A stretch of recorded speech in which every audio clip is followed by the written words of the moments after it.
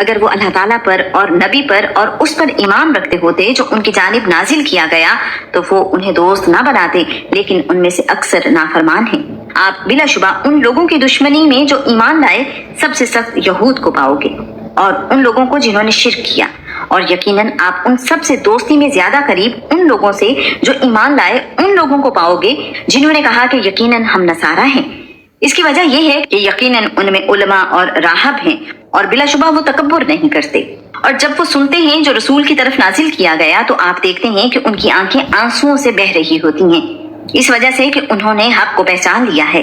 وہ کہتے ہیں کہ اے ہمارے رب، ہم ایمان لے آئے، چنانچہ ہمارا نام گواہی دینے والوں کے ساتھ لکھ لے۔ اور ہمیں کیا ہے کہ اللہ تعالیٰ پر اور اس حق پر ہم ایمان نہ لائیں جو ہمارے پاس آیا ہے، جبکہ ہم یہ حرص رکھتے ہیں کہ ہمارا رب ہمیں نیک لوگوں کے ساتھ شامل کر لے۔ سو اللہ تعالیٰ انہیں اس بات کے بدلے میں جو انہوں نے کہا ایسے باغات دے گا جن کے نیچے نہریں بہتی ہیں، ان میں وہ ہمیشہ رہنے والے ہیں، اور یہ نیک عمل کرنے والوں کی جزا ہے۔ اور جن لوگوں نے کفر کیا اور ہماری آیات کو جھٹلایا وہی لوگ دوزخ والے ہیں۔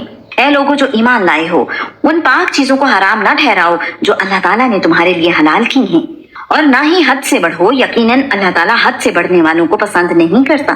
اور اللہ تعالیٰ نے تمہیں جو حلال پاکیزہ چیزیں دی ہیں ان میں سے کھاؤ، اور اس اللہ تعالیٰ سے ڈرو جس پر تم ایمان لانے والے ہو۔